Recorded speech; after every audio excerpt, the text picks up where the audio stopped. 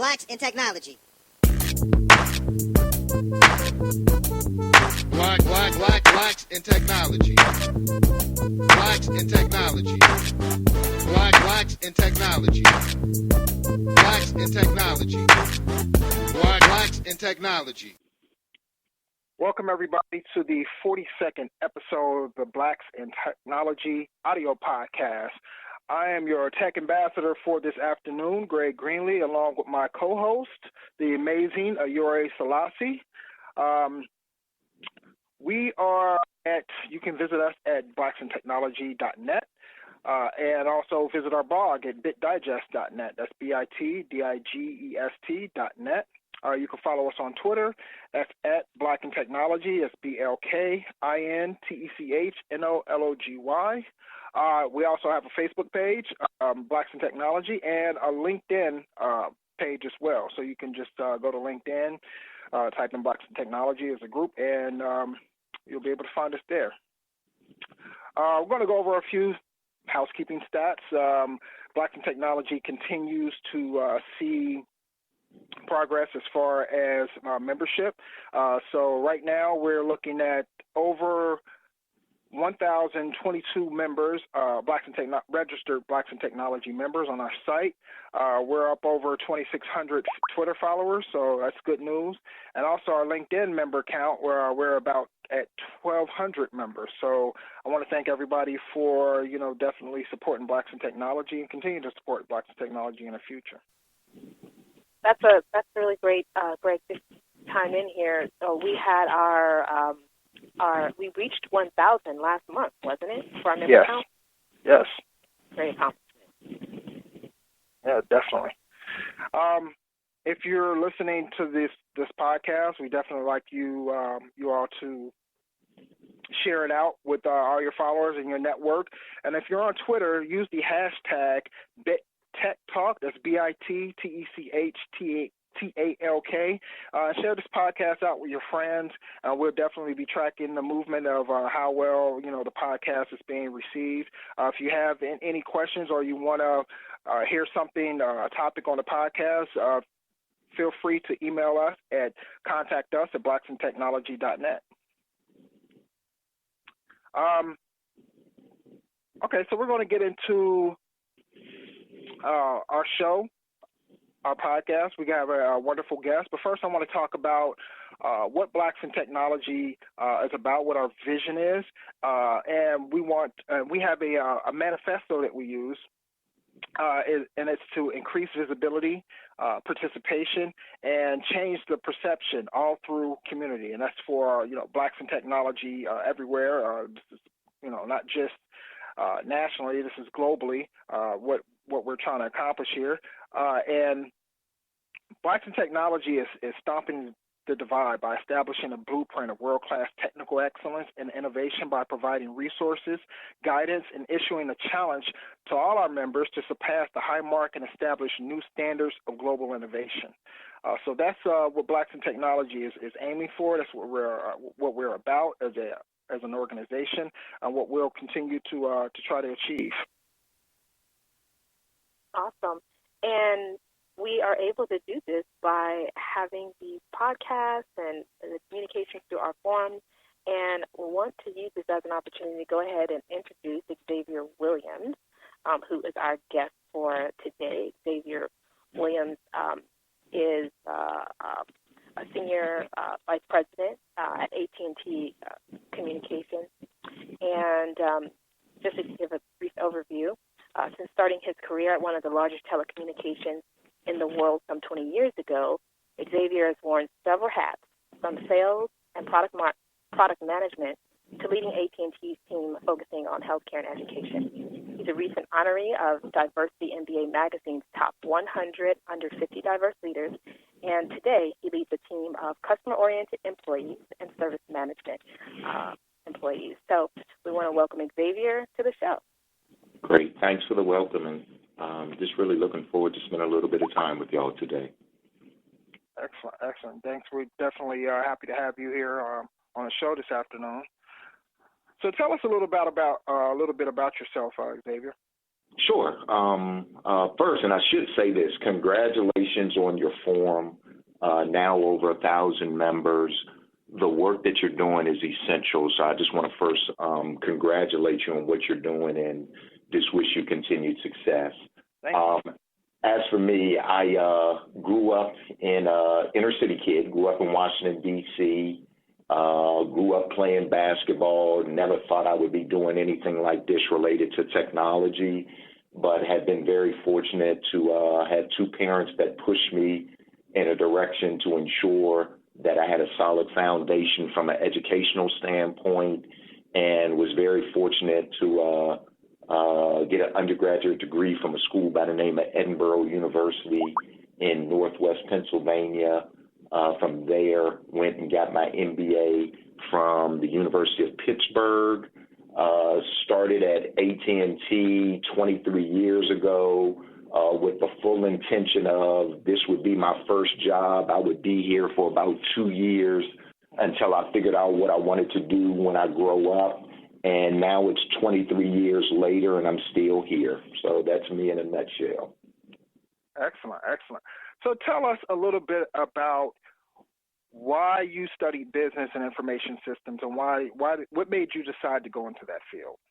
Sure. So I mentioned I got my MBA from the University of Pittsburgh, and I studied finance and MIS, Management Information Systems, and think of late 80s, early 90s was the time frame that I was pursuing this degree. And what I found was that finance people didn't necessarily understand technology, and technology people didn't necessarily understand finance at that time. So the reason I decided to go in both of those fields was I thought that I could fill a niche and be that person that was the bridge between the finance group and the IT group, or said better, money and technology, and have been able to, in my estimation, exploit that over the last 20 or so years, and just try to make a difference in that manner. So that's why I chose those two areas to focus on. Excellent, excellent. And what's your main objective in your role at AT&T? Yeah, as Ayore mentioned, I currently lead what's called our service management organization. So AT&T, our enterprise business, so think of goods and services that we sell to other businesses. We have about 3 million enterprise customers today. I lead a group of professionals that are responsible for the customer interface around provisioning of service, maintaining of service, billing of service, et cetera, et cetera. And the main objective of my job is really to try to help clients have an optimal customer experience for all the different products and services that they could purchase from AT&T. You know, that's really incredible. I think I want to just sort of pause right there to kind of highlight how huge that really is. I mean, we talk about technology a lot, and we get into the details of technology a lot.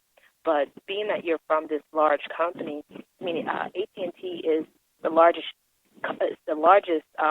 company, wireless carrier in the United States, and I mean that's over $125 billion in revenue. So that's a lot of money, and a lot of our listeners are your customers. So if you're leading that effort to make sure that the customers are really getting the quality services that they need, that's actually really huge, the contribution that you're making to this company. I mean, I think, well, it's my people that make a contribution, but I appreciate the sentiment. But I mean, for us, it's all about the customer experience. And you mentioned what we do from a mobility standpoint, from a wireless standpoint, and we are trying to just strive to get better every day with our network performance. If people have billing questions or whatever, we're just trying to figure out how to make the customer experience better, because people vote with their feet. And if we're not providing a great customer experience, they will go to a competitor. Yeah, that's awesome. So I checked you out on LinkedIn. I love LinkedIn for that purpose.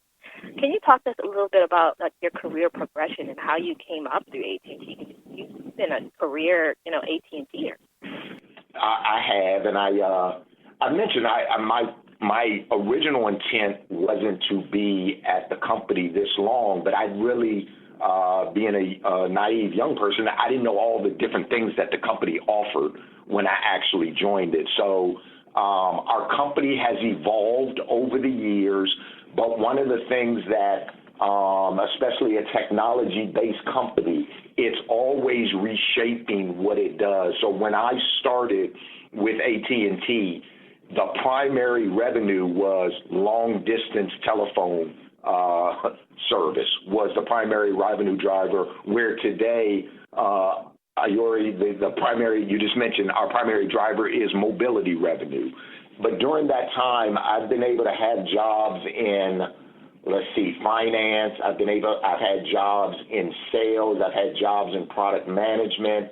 I've had jobs in human resources. I've had jobs in all different aspects of the business. And what I've tried to do, simply said, and I had a friend explain this to me when I was much younger, he said, if you know how to count it, if you know how to build it, if you know how to sell it, and you know how to maintain it, one day you'll be able to run your own business.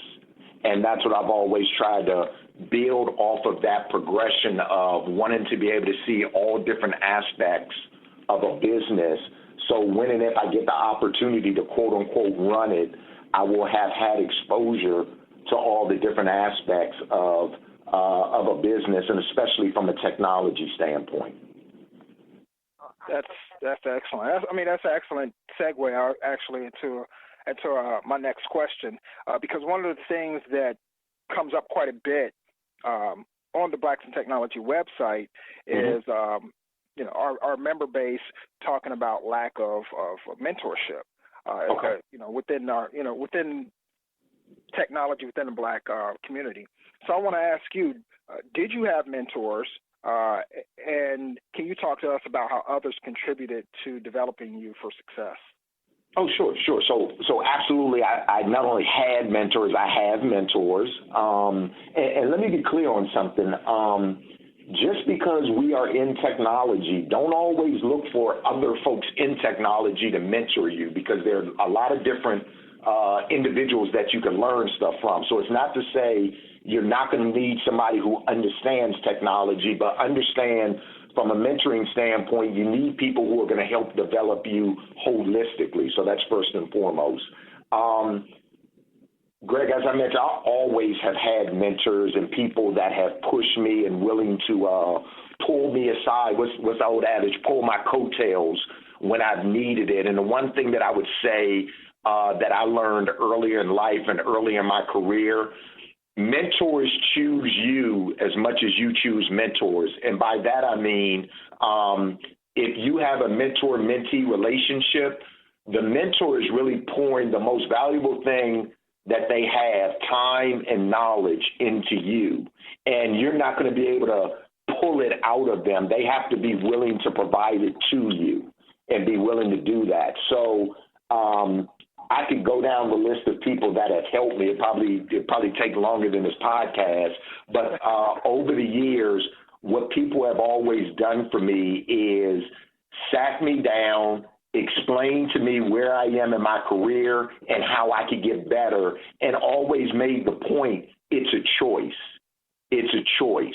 If you want to attain certain things, here's the work that you're going to have to put in.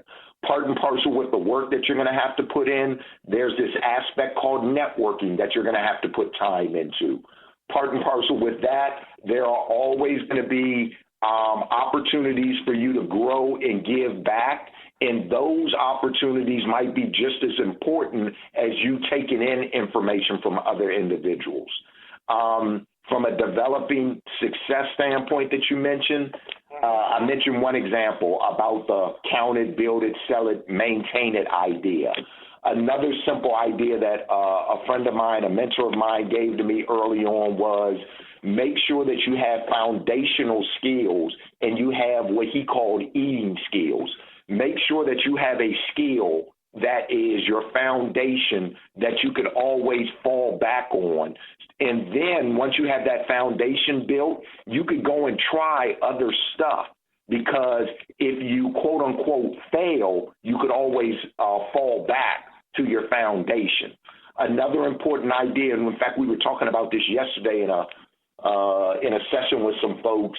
It was don't be scared to fail, and it's the old adage: fail fast and learn. Fail fast and learn, and that's one of the things in our community. A lot of times we're so nervous about failing, we don't take enough risk and allow ourselves to stretch ourselves. So those are just some of the learnings that I've had over the years from mentors, and I hope those types of lessons don't stop. I'm still trying to find people to learn from. Yeah, that's incredible. I appreciate that, especially that portion about failing fast and stretching yourself, because those experiences that we have really help us to grow. If we are always trying to be perfect at everything, that basically means that we're not trying things that are hard enough. Absolutely. All of us in technology, if you're not failing, you ain't innovating. You are not innovating if you're not failing from a technology standpoint, because there has to be trial and error in what we do. I love that. So another thing we talk about, so touching on the mentor topic, is we've been recently sort of separating this concept of mentors and sponsors, where a sponsor is someone who may sort of pull you along in your career, whereas a mentor may provide sort of direct coaching and support to you where you are currently right now and where you might want to be. So can you talk to us a little bit about sponsorship and if you have sponsors and what's your opinion on that topic? Yeah, sure. And that's great that y'all are making that distinction, because it's real important where you know your mentors. You might not even know who your sponsors are. A lot of times your sponsors are those individuals that are, and I say this in a positive way, talking behind your back, promoting you behind your back, and trying to make sure that you are advancing, that you're getting the opportunities that you've earned and that should be afforded to you. And the thing with sponsorship, it really is about, those are the individuals that will pick up the phone, send someone an email on your behalf. I heard y'all mention LinkedIn earlier. That's one of the main venues from a social networking or social business networking standpoint, where you're starting to see more sponsorship, because you might be developing a what I'll call a social relationship. It might not even be a direct relationship, but it affords an opportunity for sponsorship.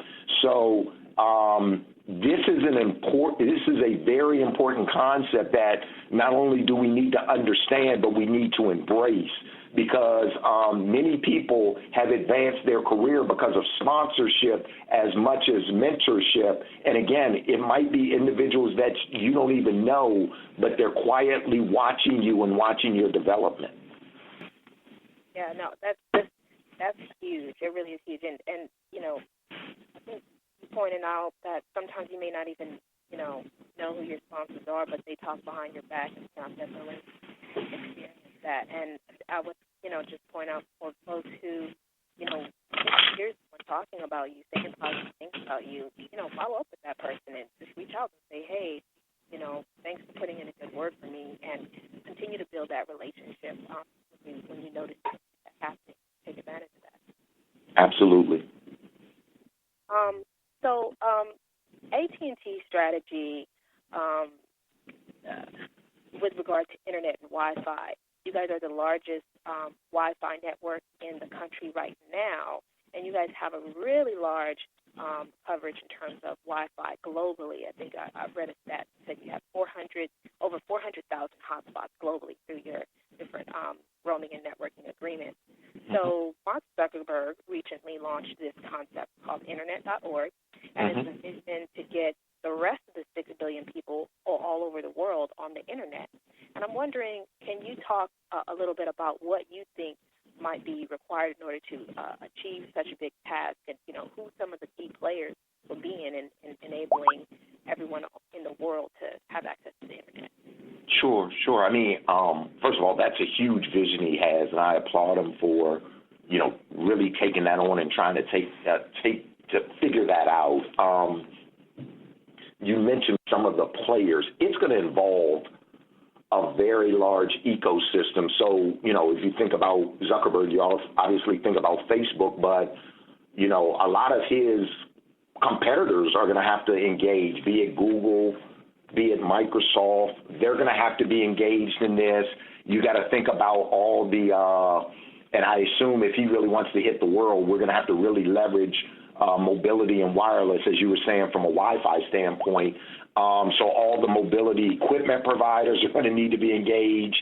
The actual mobile service providers will need to be engaged. But I think the big one, from my vantage point, that he's going to need to really work with is governments, because the governments of these all the different parts around the world are going to have to be engaged. So he is going to have to set up a very large ecosystem and ensure that they're not going to agree with everything, but they're going to need to be in lockstep, because you got to think about, you're going to a certain extent, have to have common standards across different lands and different countries, et cetera, and make sure that, once people are able to plug in, once people are able to connect, how are they going to leverage this? And it just doesn't, for lack of a better term, go by the wayside. So based on what Zuckerberg has been able to achieve with Facebook, I wouldn't bet against him, but it's going to be a tough task to pull all this together. Yeah, that's really exciting. When I saw that that internet.org pop up in the Twitterverse, I immediately got super excited, and I was like, I want to know who else is talking about this and where's it going. I was in the Middle East and Africa earlier this year, and whether it's Jordan, Israel, Palestine, or Ethiopia or Kenya, people were on their mobile devices, and they had 3G, they had 4G, they had Wi-Fi everywhere. And I was shocked, because I didn't realize that people were on the internet that much in these developing countries. And so I see that the potential in actually in enabling that. And I think it's important for people to, when they're thinking about that they realize that the internet for the rest of the world is not going to be what the internet is for us today here. And that there's going to be some innovation there and changing of ideas of how people access the devices they use, and agreements, and how the government is involved. No, absolutely. And we use a term here at AT&T. We don't just call it the internet. We call it the mobile internet. And you talked about how mobile devices, smart devices, be it phones, be it tablets, they have totally changed the dynamic of how people work, live, and play. It has totally changed the dynamic. So I'm excited by the opportunity also. Yeah, things are definitely going to change too, especially with wearables being more of a thing now. You got Google Glass, you got the smartwatches. You actually have some things that I've seen online at TechCrunch as far as actual clothing that gives you, that provides you with information about your health, things like that. That's going to be a huge key in this whole thing as well.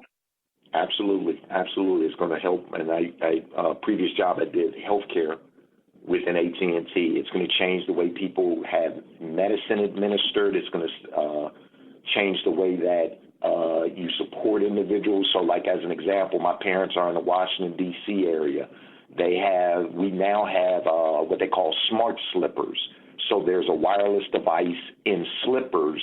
So at 8:00 every morning, my dad gets up. Literally, when he gets up and he puts his foot in his shoe, I could get a text message so I know he got up in the morning. Wow. They have wireless devices in tablet bottles. So again, at 8:00 he gets up. At 8:05 he should be taking his medicine. So if he hasn't twisted the cap by 8:05, I don't get the text message. Maybe I need to call him and remind him that he needs to take his medicine. It's all those little things that we might take for granted today. It's really going to change the way we do things going forward. And I should say has already started. And that's go ahead. Go ahead, Ari. Just throw that in there. for folks who are listening, what Xavier is talking about is the Internet of Things. So if you want to learn more about stuff like that, just do a quick Google on the Internet of Things and see what pops up. Yes, and that really goes into well with this as far as this next question, because seeing all these innovations coming about, wearables and things like that, there is a need for more minorities to be included in this tech discussion, so that we can actually begin innovating and creating some of these things. I know that there's health concerns that are specific to the black culture that maybe that we can help create and innovate some ideas around. So when we talk about that, we talk about tech inclusion. What's missing from the tech inclusion dialogue? Oh, wow. So I'm fortunate. I'm in an organization called the Executive Leadership Council, the ELC, and it's run by a guy by the name of Ron Parker. And Ron, for the organization, has this saying. He says, "What's black about it? What's black about it?" Because he's making the point that over the years, African Americans, black folks have really innovated many areas, be it music, be it sports, and now he's asking the question, is what you asking, Greg, what does that mean from a technology standpoint? Because once we get our hands on something, it's amazing how we can innovate. Building back to what Ayora just said, this Internet of Things, and I mentioned the mobile Internet. The mobile Internet, and if y'all remember back in, I would say, the 90s, there was the concept about the digital divide that a lot of folks in the black community, and I would just say poor communities, didn't have access to technology, didn't have access to the Internet. The mobile Internet has torn down the digital divide. So the point made earlier, if you have a smart device, you have access to the Internet. And now what you're asking about what's missing from the dialogue, what's missing from tech inclusion, it's now that folks have access to information.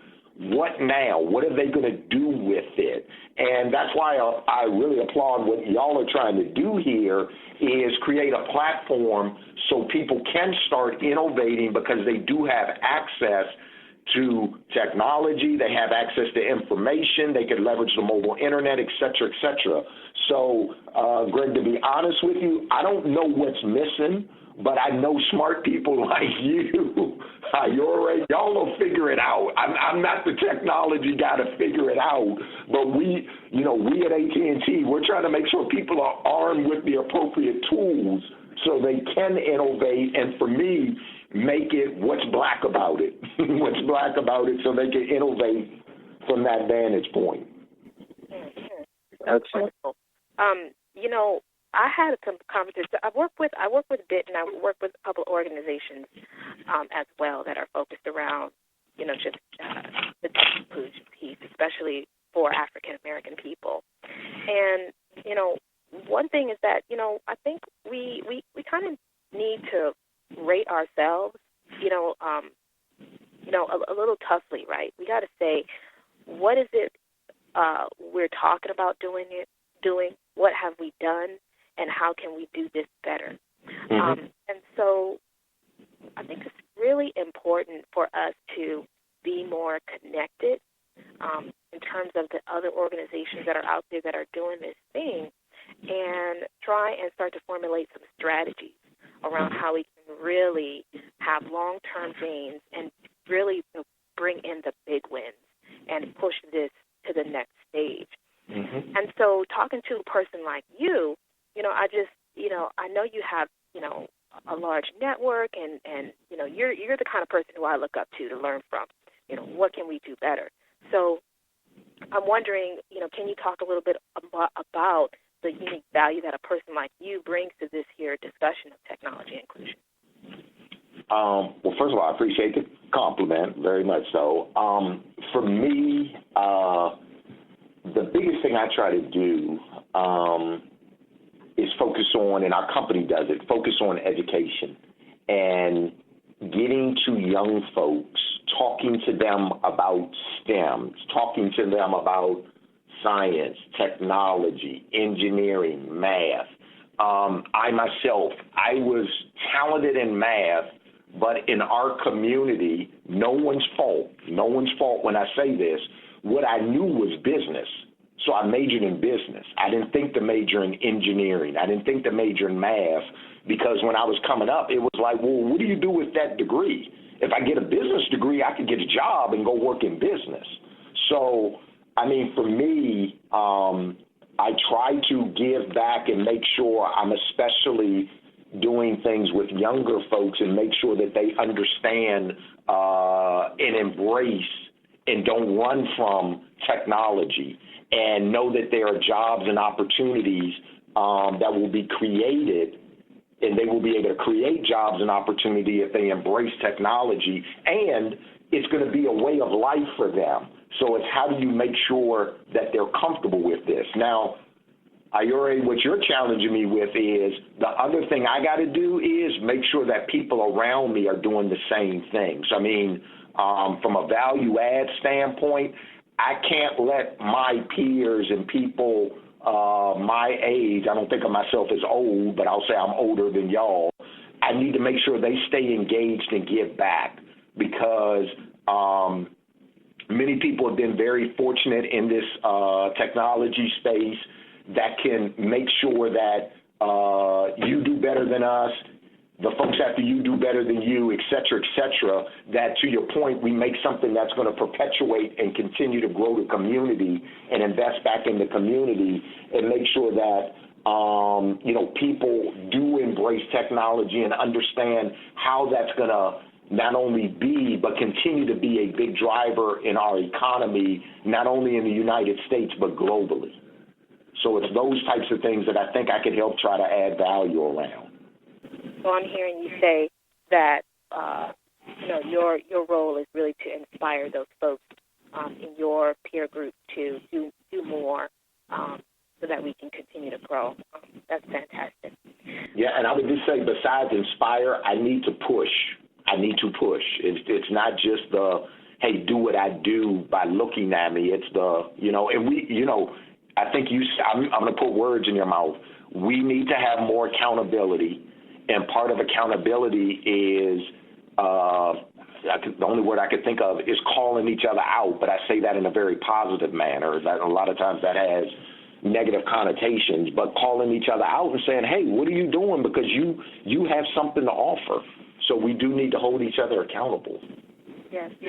That's key to collaboration. I mean, that's why Greg and I work so well together. I work really well with other folks, in my network because we are honest with each other, and we know that it is with a vision in mind. Yep. So for organizations like us and people like us who are, really inspired and motivated to make change with this technology inclusion thing and push this forward, how can we better leverage you and what you have to offer? Oh, wow.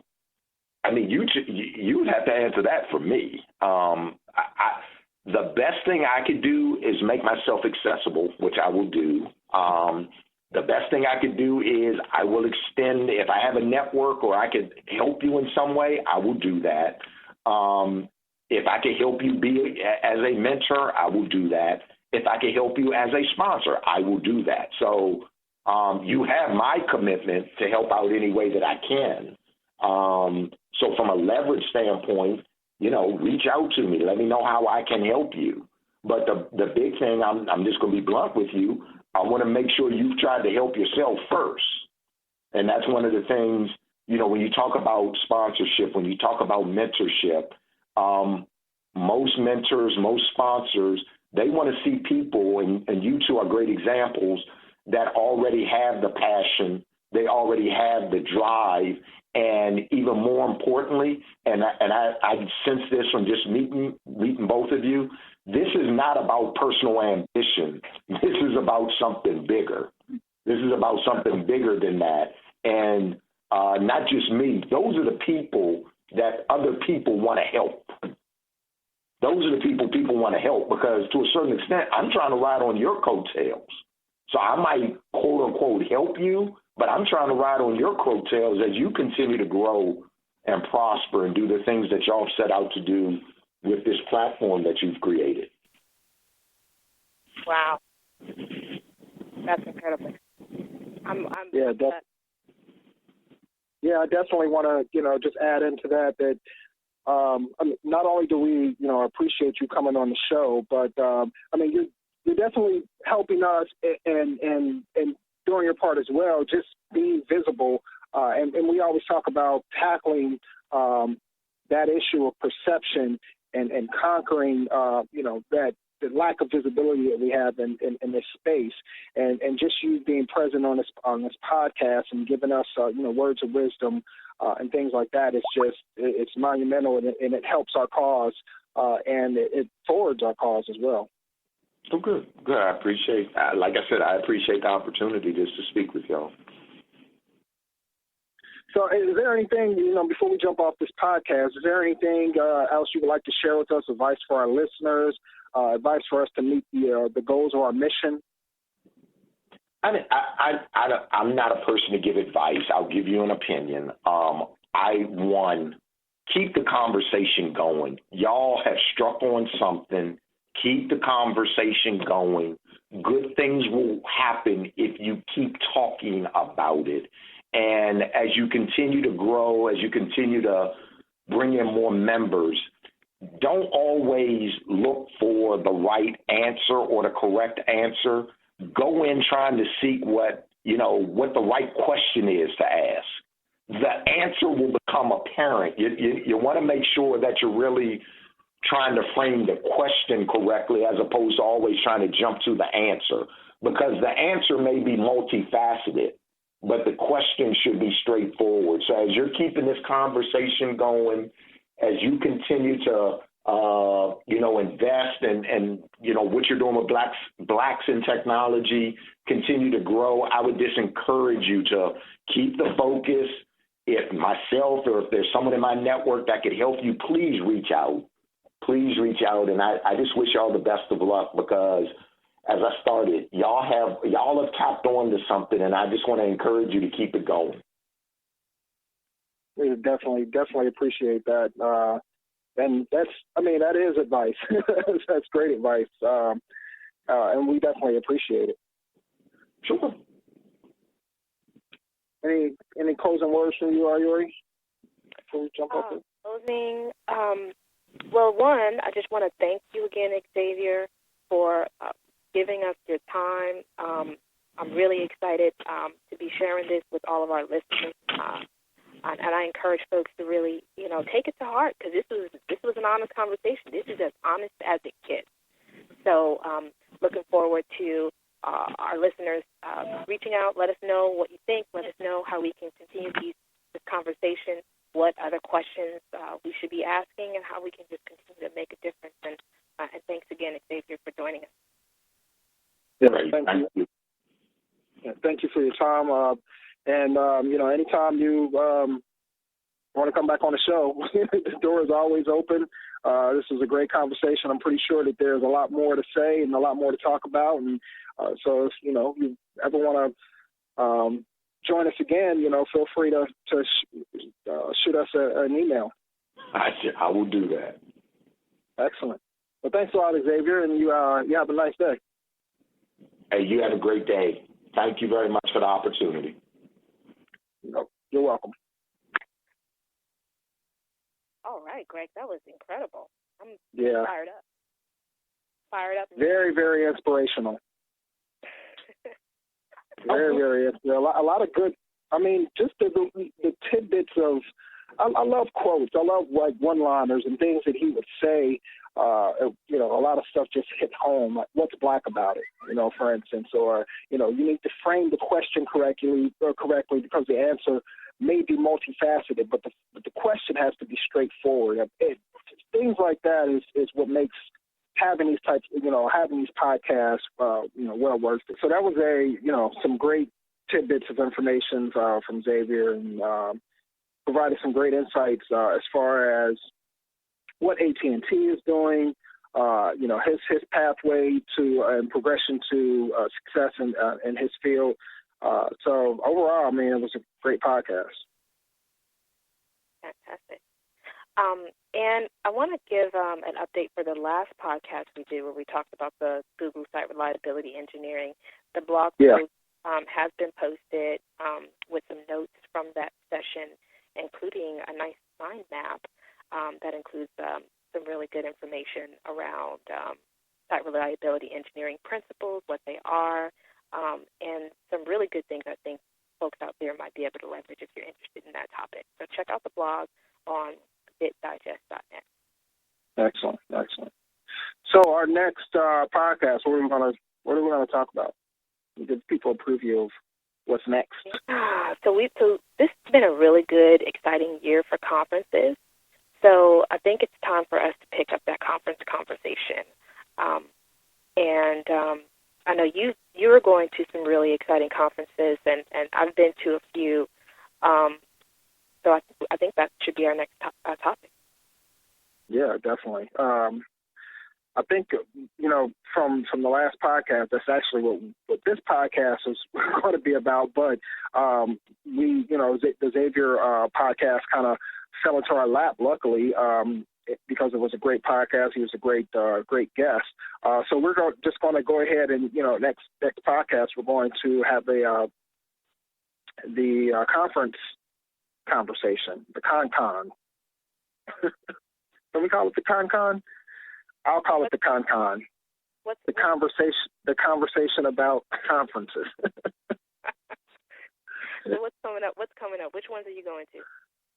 I'm going to be attending DerbyCon this weekend. DerbyCon is a information security conference, aka Hackers Conference.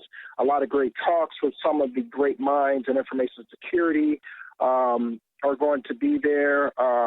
It's actually held in Louisville, Kentucky, and it's grown just over 3 years. It's only been in existence for 3 years, and it went from a few hundred from the first time I attended to a few thousand just in a couple of years. So it's one of the biggest InfoSec conferences now going on in the United States.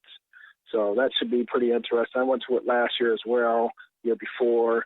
Always great conferences. Always great talks going on. A lot of great information. So I'll be going to that. Yep. I'll be looking forward to pass down on that with the InfoSec stuff. Yeah. So I would also like to add in a sort of a review of TechCrunch Disrupt that I attended about 2 weeks ago. So that'll be fun. And then also I want to make sure we give some shout outs to some of our in-network conferences that are going to be going on. So Kai Jupe and Anjuan Simmons are going to be hosting their annual conference in Houston in BitLo. So check it out. I believe it's inbitlo.com or .org. Not sure. I want to say it's .com. Let the computer. So let's see. .org actually. Okay. Yeah, that's actually that conference is actually ran by Andrew West, but Kai Dupuy is going to be a keynote speaker. Anjuan Simmons is going to be there as well, and he's going to be giving a talk. And I think they are holding a special event called Meet the Authors, and it's about, because each of them, well, at least I know Anjuan does. He has a new book out. It just came out recently, so they're going to be having a special event for that as well. So, yeah, definitely InBitLo. That's NBITLO.org. You can check it out and check out the conference information. It's going to be, I think, in Houston, Texas, in October, late October.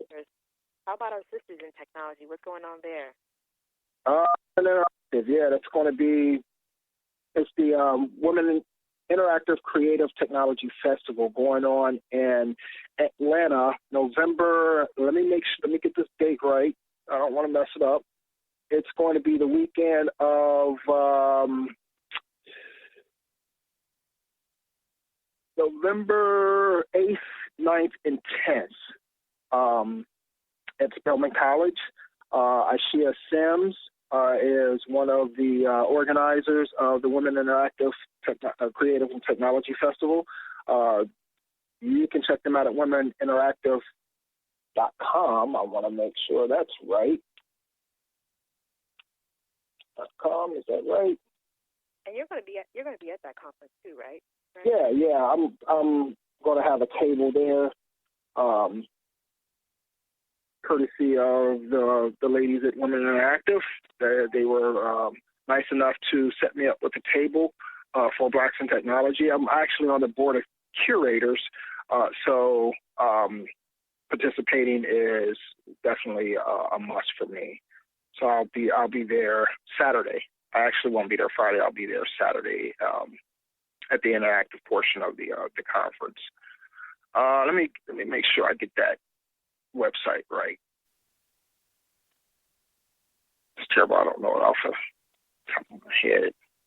How was it?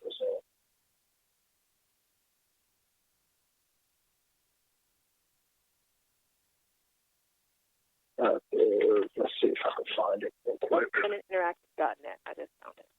Oh, okay. November 8th through 9th at Spelman College. Got you. Their website That's it. is nice, by the way. Folks, check it out. Yeah.